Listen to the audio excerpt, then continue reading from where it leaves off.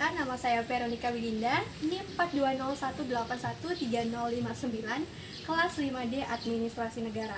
Pada kali ini, saya akan membahas mengenai pajak dan retribusi daerah guna memenuhi tugas mata kuliah pajak dan retribusi daerah. Pada kali ini saya akan membahas mengenai beberapa poin tentang pajak dan retribusi daerah. Pastinya banyak yang bertanya, apa sih yang dimaksud dengan pajak dan retribusi daerah beserta contohnya. Kemudian untuk poin yang kedua itu, apa saja fungsi-fungsi dari pajak dan apa saja syarat-syarat dari pajak tersebut. Untuk poin yang terakhir itu adalah bagaimana jenis-jenis tarif pajak yang ada di Indonesia. Akan dijelaskan sebagai berikut.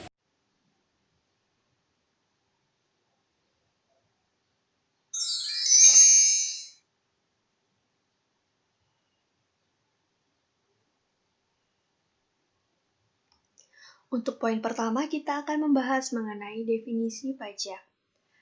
Sebenarnya, apa sih yang dimaksud dengan pajak?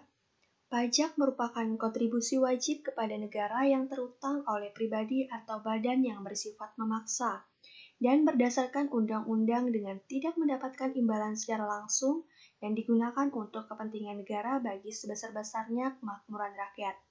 Definisi pajak ini tertuang dalam Undang-Undang Nomor 6 Tahun 1983.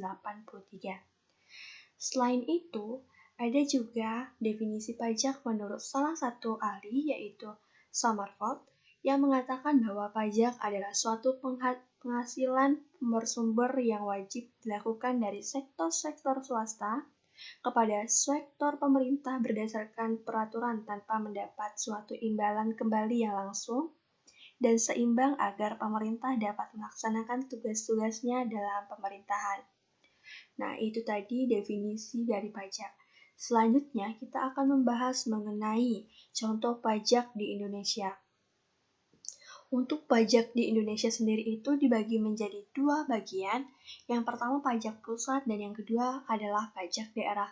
Di mana untuk pajak daerah sendiri dibagi menjadi dua bagian, yaitu pajak provinsi dan pajak kabupaten atau kota. Untuk contoh pajak pusat adalah pajak penghasilan atau PPH, pajak pertambahan nilai atau PPN, pajak penjualan atas barang mewah atau PPNBM, bea materai, dan pajak bumi dan bangunan. Sedangkan untuk pajak daerah, yang pertama untuk provinsi, contohnya seperti pajak kendaraan bermotor, bea balik nama kendaraan bermotor, pajak bahan bakar kendaraan bermotor, pajak air permukaan, dan pajak rokok.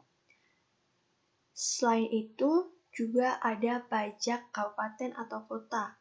Contohnya seperti pajak hotel, pajak restoran, pajak hiburan, pajak reklame, pajak penerangan jalan, pajak mineral bumi bukan logam dan batuan, pajak parkir, pajak air tanah, pajak sarang burung walet, pajak bumi dan bangunan perdesaan dan perkotaan, serta bea perolehan hak atas tanah dan atau bangunan.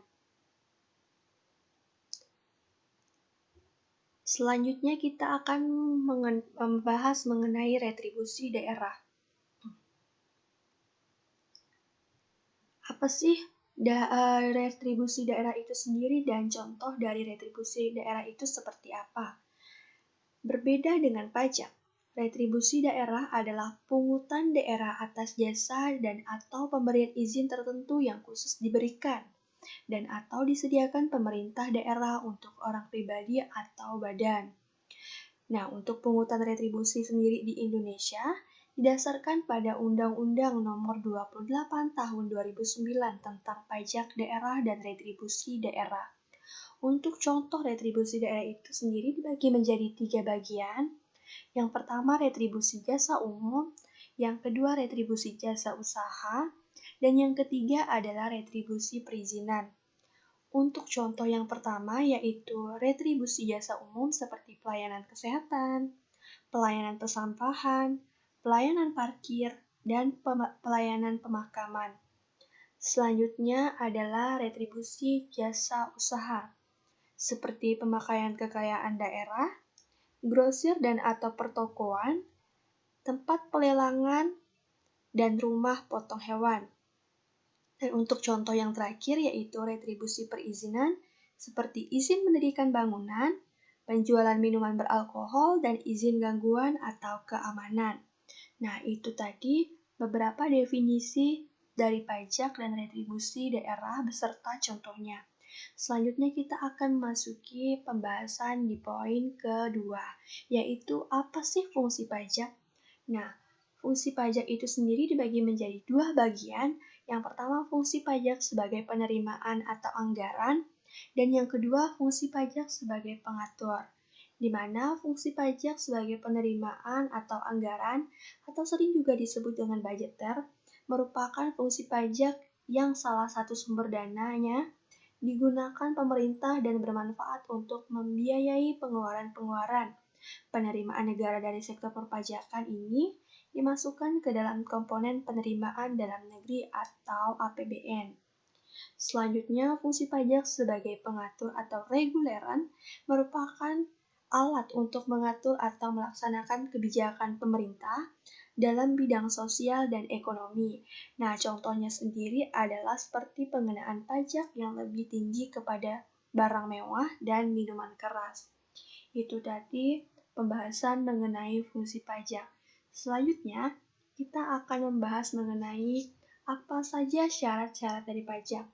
Untuk syarat dari pajak sendiri itu ada 5 bagian. Yang pertama syarat pajak keadilan, yang kedua syarat yuridis, yang ketiga syarat ekonomis, yang keempat syarat finansial, dan yang kelima syarat sederhana. Di mana untuk poin pembahasan yang pertama yaitu syarat pajak keadilan. Syarat keadilan merupakan wajib pajak yang memiliki hak dan kewajibannya diatur dalam undang-undang.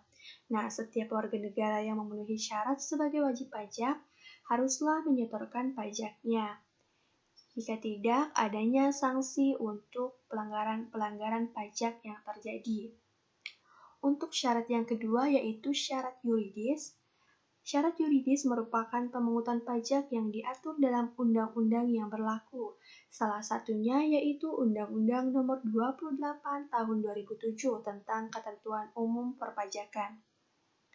Yang ketiga adalah syarat pajak ekonomis, di mana syarat ekonomis merupakan pemungutan pajak yang tidak boleh mengganggu aktivitas perekonomian yang dapat mengakibatkan kelesuan perekonomian nasional.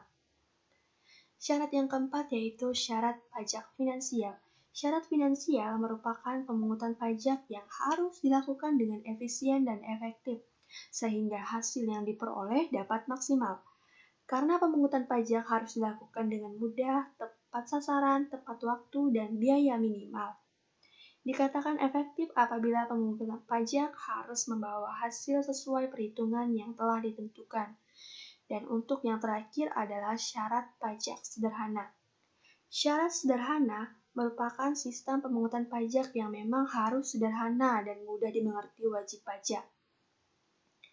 Sistem pemungutan pajak yang sederhana ini akan membantu wajib pajak dalam melaporkan pajak mereka dan mendorong masyarakat memenuhi kewajiban perpajakan. Itu tadi pembahasan mengenai syarat-syarat pajak. Dan yang terakhir adalah apa saja jenis-jenis tarif pajak yang ada di Indonesia. Di Indonesia, jenis tarif pajak dibagi menjadi 4 bagian. Yang pertama, jenis tarif proporsional, yang kedua jenis tarif progresif, yang ketiga jenis tarif degresif, dan yang terakhir adalah jenis tarif tetap atau regresif. Di mana untuk poin pembahasan yang pertama yaitu tarif pajak proporsional. Tarif pajak proporsional adalah tarif pajak yang persentasenya tetap dan tidak bergantung pada besaran dasar pengenaan pajak. Contohnya sendiri seperti pajak pertambahan nilai atau PPN 10% dan PBB 0,5% dari berapapun objek pajaknya. Selanjutnya kita akan membahas mengenai tarif pajak progresif. Tarif progresif merupakan tarif pajak yang persentasenya meningkat sesuai dengan meningkatnya besaran dasar pengenaan pajak. Nah, untuk di Indonesia sendiri, tarif pajak progresif ini ditetapkan untuk pajak penghasilan atau PPH, wajib pajak orang pribadi.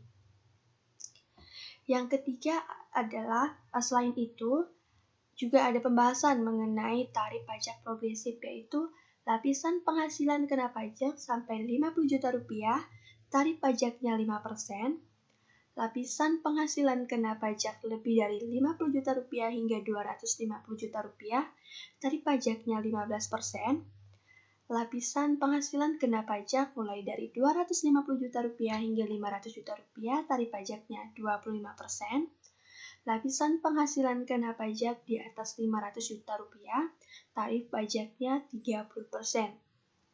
Untuk poin yang ketiga, kita akan membahas mengenai tarif pajak regresif. Tarif degresif merupakan tarif pajak yang persentasenya menurun sesuai dengan meningkatnya besaran dasar pengenaan pajak. Ini kebalikan dari tarif pajak progresif.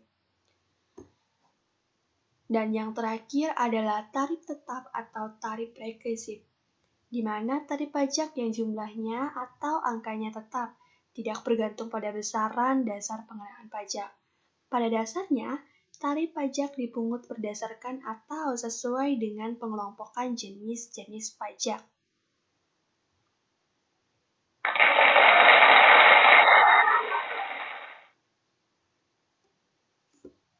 Sekian penjelasan dari saya mengenai pajak dan retribusi daerah. Semoga dapat memberikan manfaat untuk teman-teman semuanya. Terima kasih.